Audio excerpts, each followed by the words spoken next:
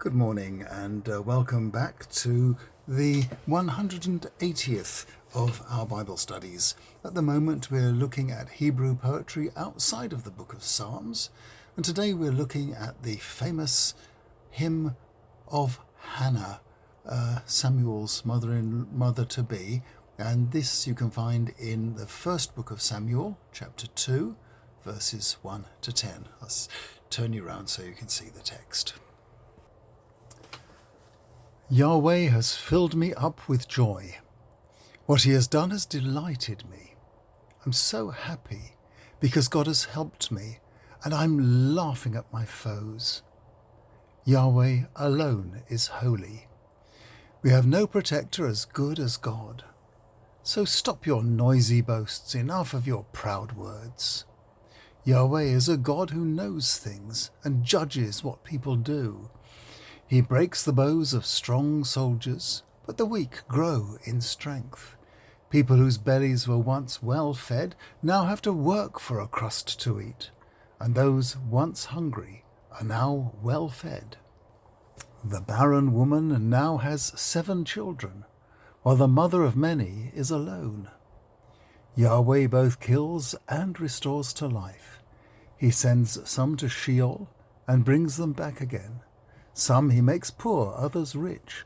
Some he humbles, others he makes great. The poor he lifts from the dust, the needy from their suffering. He makes them the friends of royalty and honours them. The foundations of the world was built on belong to Yahweh. He is the protector of the faithful. The wicked disappear into the darkness. Not one of us succeeds by our own strength. Yahweh's enemies are demolished as he thunders from above. Yahweh judges the whole world. He gives power to his king. The king he has chosen will win his battles. These sentiments are familiar to us, of course, because St. Luke used them as a model for the words found in Luke chapter 1, verses 46 to 55, the song which Mary sang during her visit to her relative Elizabeth, who was soon to be the mother of John the Baptist. How much Luke's nativity story owes to the story of Hannah and Elkanah is of course debatable. The books of Samuel and Kings are collections of stories that probably didn't come to their final form before the Babylonian exile.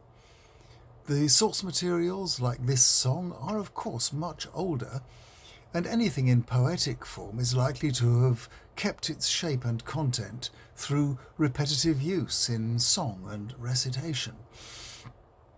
The story is that Elkanah and Hannah were shamed in their community because they had been unable to conceive any children. Hannah prayed at Yahweh's tent in Shiloh and was noticed by Eli the priest there, who blessed her. Shortly afterwards, Hannah did become pregnant and regarded the baby as a gift from God. As soon as he was weaned, she took him to Eli and dedicated him to God. He grew up in Yahweh's service to be the great Samuel, the last of the judges of Israel, who was to see and supervise the transfer of power from the judges to the monarchy. When we look at this song, we might well ask why it was placed at this point in the story. There is actually nothing in it that is relevant to the scene. Hannah has just turned up with this small child and placed him in the hands of Eli with the gift of 3 bulls, 10 bags of flour, and a full wineskin, all as offerings. And she said, "Excuse me, do you remember who I am? I'm the one who came asking Yahweh for a baby. He gave me what I wanted, so I'm dedicating him to Yahweh for as long as he lives." And at that point, the song is inserted into the story, and the baby is left in Eli's elderly hands. It is obviously a song the editor knew, and it is clear that it was not written specifically to thank God for this child or his birth. Maybe it occurred to the editor that the birth of Samuel was the beginning of a big change in the history and the fortunes of God's people. Samuel was, of course, going to be the one who anointed the first king of Israel, Saul, and the nation would not be the same again after that. So, a song about God being in charge and changing things, though not at all a thanksgiving for the birth of a new child, might well be a foreshadowing of the changes that were to take place in the child's lifetime, changes that were to involve him in a very personal way. And maybe that's why Luke used this as a model for the Magnificat.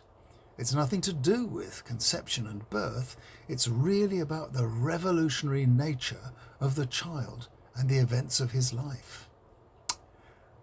So, we'll move on from that to tomorrow, and tomorrow we come across a sad scene and a lament as we visit David and see him mourning for the death of his beloved Jonathan and Jonathan's father, Saul. I'll see you tomorrow.